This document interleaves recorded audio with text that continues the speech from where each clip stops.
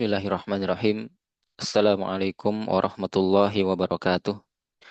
Innal hamdalillah nahmaduhu wa nasta'inuhu wa nastaghfiruh wa na'udzu billahi min syururi anfusina wa sayyiati a'malina. May yahdihillahu fala mudhillalah wa man yudlil fala hadiyalah. Asyhadu an la ilaha illallah wahdahu la syarikalah wa asyhadu anna Muhammadan abduhu wa rasuluhu. يا أيها الذين آمنوا اتقوا الله حق تقاته ولا تموتن إلا وأنتم مسلمون يا أيها الناس اتقوا ربكم الذي خلقكم من نفس واحدة وخلق منها زوجها وبث منهما رجالا كثيرا ونساء واتقوا الله الذي تساءلون به والأرحام إن الله كان عليكم رقيبا يا أيها الذين آمنوا اتقوا الله وقولوا قولا شديدا يصلح لكم أعمالكم ويغفر لكم ذنوبكم ومن يطع الله ورسوله فقد فاز فوزا عظيما أما بعد فإن أصدق الحديث كتاب الله وخير الهدي هدي محمد صلى الله عليه وسلم وشر الأمور محدثاتها فإن كل محدثات بدعة وكل بدعة ضلالة وكل ضلالة في النار. Ma'asyiral ikhwan wal akhwat rahimani wa rahimakumullahu jami'an. Alhamdulillah al-yawma insyaallah taala sanastamirru fi fil bahsi anil hadis an ya al-amal bin niyat.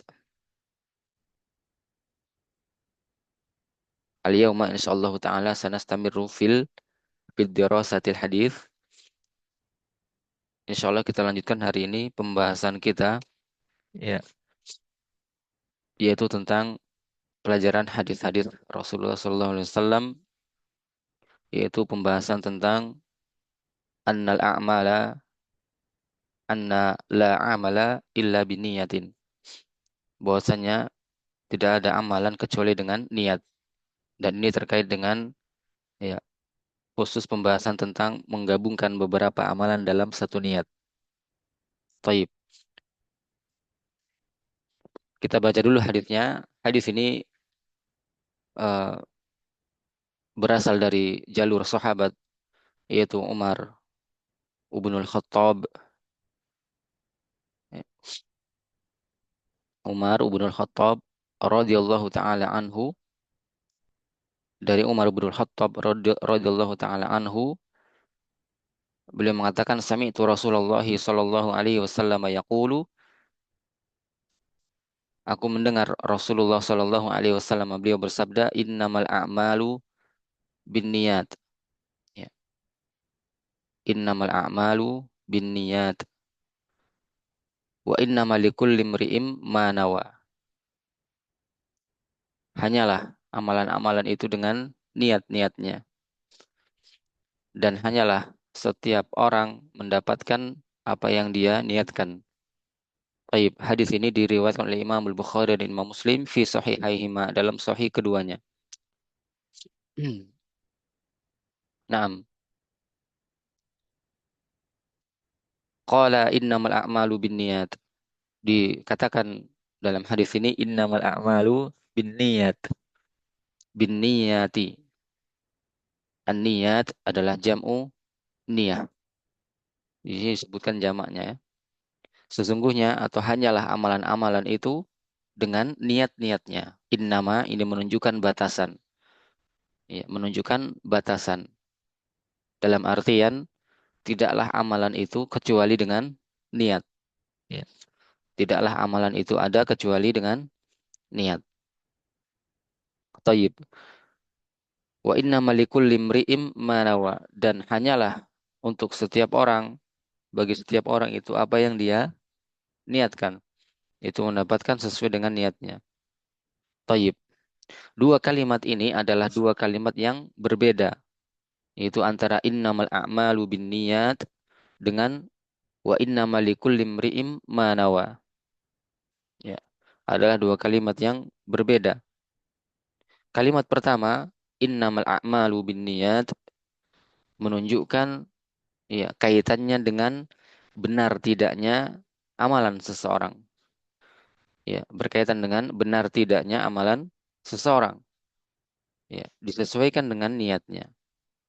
Ya, atau dengan kata lain berkaitan dengan sah tidaknya amalan seseorang itu disesuaikan dengan niatnya. Ya, jadi ini syarat ya sah tidaknya atau benar tidaknya amalan seseorang sesuai dengan apa yang dia niatkan, sesuai dengan niatnya. Adapun konteks yang kedua, walikulli imri'im ma nawa, ya, atau wa inna malikul limri'im manawa. Dan bagi setiap orang itu mendapatkan sesuai apa yang dia niatkan. Ya, sesuai dengan apa yang dia niatkan. Ya, kalimat kedua ini wa inna malikul limri'im manawa ini menunjukkan besar tidaknya pahala yang didapatkan oleh seseorang sesuai dengan kadar niatnya. Ya, jadi berbeda antara konteks pertama dan kedua. Yang pertama tadi innamal a'malu binniyat adalah menunjukkan benar tidaknya, sah tidaknya amalan seseorang ya sesuai niatnya, sesuai dengan niatnya. Adapun yang kedua, wa inna malikul limri'im ma nawa menunjukkan besar tidaknya pahala yang didapatkan oleh seseorang sesuai dengan kadar niatnya. Nah, maka dikatakan bahwa setiap orang hanya mendapatkan sesuai dengan niatnya. Nah, jika dia niatkan dengan niat yang besar, mengharapkan wajah Allah Subhanahu wa taala semata misalnya, maka dia akan mendapatkan pahala yang besar pula di sisi Allah Subhanahu wa taala. Oleh sebab itu, jika kita dapati dua orang yang sholat misalnya, jika kita mendapati dua orang yang sholat, ya sholat dua rakaat misalnya, sama tata caranya, sama bacaannya, ya sama semuanya, sama waktunya, ya ya dan sama selesainya, namun ya ternyata perbedaannya adalah pahala yang mereka berdua dapatkan. Ya. Dia niatkan untuk mengharapkan ridho dan wajah Allah Subhanahu wa taala, sedangkan yang satu dia niatkan hanya untuk melepaskan kewajiban, melepaskan beban. Ya, yang satu sholat dengan mengharap wajah Allah Subhanahu wa taala, yang satunya lagi hanya sholat dengan melepaskan kewajiban, melepaskan beban saja. Maka tentunya dia mendapatkan sesuai apa yang dia niatkan. Ya. Wa innama likulli imri'im ma nawa. Maka ini makna konteks yang kedua. Ya, yaitu tentang besar kecilnya pahala ya seseorang sesuai dengan apa yang dia niatkan. Baik, maka dalam konteks ini pula sebagaimana yang akan kita bahas ini yaitu ya menunjukkan bolehnya menggabungkan beberapa amalan dalam dalam satu niat. Ya, menggabungkan beberapa amalan dalam satu niat. Ya. Karena Rasulullah Shallallahu Alaihi Wasallam telah bersabda wa inna malikul limriim manawa. Ya, dalilnya adalah sabda Rasulullah Shallallahu Alaihi Wasallam wa inna malikul limriim manawa. Dan hanyalah bagi setiap orang itu mendapatkan apa yang dia niatkan. Ya, contoh misalnya seseorang masuk ke dalam masjid, dia niat sholat duha karena memang dia waktu duha. Kemudian dia gabungkan dengan sholat wudhu, ya, sholat sunnah wudhu, dua rakaat. Kemudian dia juga gabungkan niatnya dengan sholat istikharah. Jadi ada tiga sholat di situ. Ada sholat duha, karena memang waktunya waktu duha. Kemudian sholat wudhu, sunnah wudhu. Kemudian dia gabung lagi dengan sholat istikharah. Kemudian dia gabung lagi dengan sholat tahiyatul masjid kalau dia di masjid. Maka hanya dengan melaksanakan dua rakaat, dia niatkan seluruh sholat ini, ya, maka dia mendapatkan pahala dan telah cukup baginya di sisi Allah Subhanahu wa taala untuk mendapatkan keempat pahala salat. Ya. Ini contoh ya. Cukup dengan menggabungkan niat.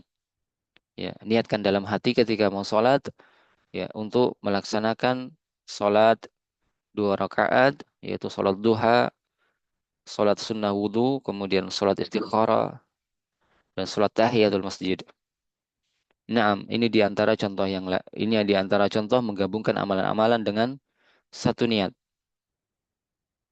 Nah, namun di sana tentunya ada kaidah-kaidah yang harus dipenuhi ya agar dapat menggabungkan beberapa amalan dalam satu niat. Nah, di antaranya adalah yang pertama, amalan tersebut harus sama jenisnya. Jadi kalau sholat digabung dengan sholat, tidak boleh digabung dengan puasa. Ya, tidak boleh menggabungkan antara sholat dengan puasa, sholat dengan zakat dan yang lainnya. Maka harus syarat yang pertama adalah ya sama jenis amalannya, sama jenis amalannya. Tayyib. Sholat harus digabungkan dengan sholat. Demikian pula puasa harus digabungkan dengan puasa. Sebagaimana yang akan kita sebut nanti ya pada konteks kali ini, yaitu menggabungkan puasa sunnah Syawal dengan puasa sunnah yang lainnya. Tayyib, kita akan jelaskan dulu pendahuluan-pendahuluannya. Kemudian, ya, tadi syarat yang pertama adalah harus sama jenis amalannya.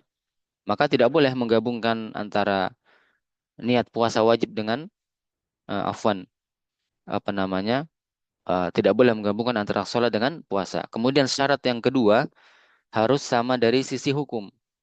Yang pertama tadi sama jenis amalannya, sama-sama amalan sholat, sama-sama amalan puasa. Yang kedua harus sama jenis hukumnya. Ya, sama jenis hukumnya. Maksudnya adalah tidak boleh menggabungkan antara puasa wajib dengan puasa sunnah. Tidak boleh pula menggabungkan antara sholat wajib dengan sholat sunnah. Karena berbeda hukum. Maka di sini syarat yang kedua adalah harus sama jenis hukumnya. Ya, apakah dia wajib ataupun sunnah, sama-sama wajib atau apa sama-sama sunnah. Ya, sama-sama sunnah. Thayyib. Demikian pula tidak boleh menggabungkan sholat wajib dengan sholat sunnah. Misalnya seorang ingin menggabungkan sholat subuh dengan sholat rawatib, maka tidak boleh. Ya, kenapa? Karena hukumnya tidak sama. Yang satu sholat wajib, yang satu sholat sunnah. Thayyib, ini syarat yang kedua. Kemudian syarat yang ketiga adalah harus sama tata caranya. Ya, kaifiatnya. Maka tidak boleh menggabungkan antara sholat 2 rakaat dengan sholat 3 rakaat. Ya, tidak boleh menggabungkan sholat 2 rakaat dengan sholat 3 rakaat karena tata caranya berbeda. Yang satu 2 rakaat, yang satu 3 rakaat. Nah, kemudian syarat yang keempat, ya, kita murojaah dulu. Yang pertama adalah harus sama jenis amalannya. Yang kedua harus sama hukumnya. Kemudian yang ketiga tadi harus sama tata caranya. Yang keempat adalah yang terakhir yaitu harus sama waktunya. Tayyib. Maka tidak boleh menggabungkan antara sholat malam dengan sholat duha. Meskipun dia sama jenis amalannya yaitu amalan sholat. Sama hukumnya yaitu sama-sama sholat sunnah. Ya. Kemudian sama tata caranya. Sama-sama 2 rakaat. Tetapi antara sholat malam dan sholat duha itu berbeda waktunya. Maka tidak boleh menggabungkan antara keduanya. Nah, ini di antara beberapa bentuk syarat-syarat yang harus dipenuhi ya ketika seseorang ingin menggabungkan amalan-amalan dengan satu niat. Tayyib. Maka ketika telah terpenuhi syarat-syarat tersebut maka telah cukup baginya melakukan amalan-amalan tersebut ya dalam satu niat dan insyaallah taala akan mendapatkan pahala di sisi Allah Subhanahu wa taala sesuai dengan keumuman hadis wa inna malikul limri'im manawa dan hanyalah bagi seseorang itu mendapatkan apa yang dia niatkan. Tayyib.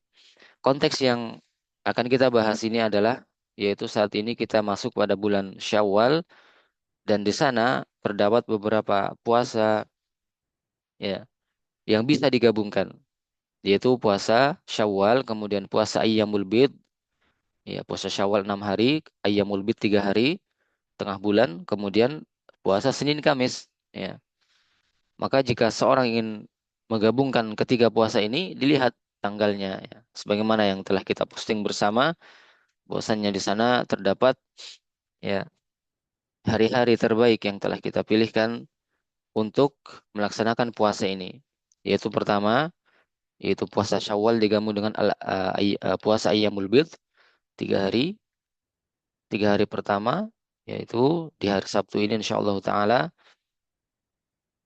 Sabtu Ahad dan Senin itu berturut-turut mendapatkan puasa Syawal dan puasa Ayyamul Bid. Kenapa bisa digabung? Karena puasa Syawal ya sama jenis puasanya, yaitu puasa sunnah, ayyamul bid dengan juga demikian. Ya, kemudian sama dari sisi hukumnya, sama-sama sunnah, kemudian tata caranya juga sama, kemudian waktunya juga sama. Maka bisa digabungkan antara puasa Syawal dan puasa Ayyamul Bid selama 3 hari ini.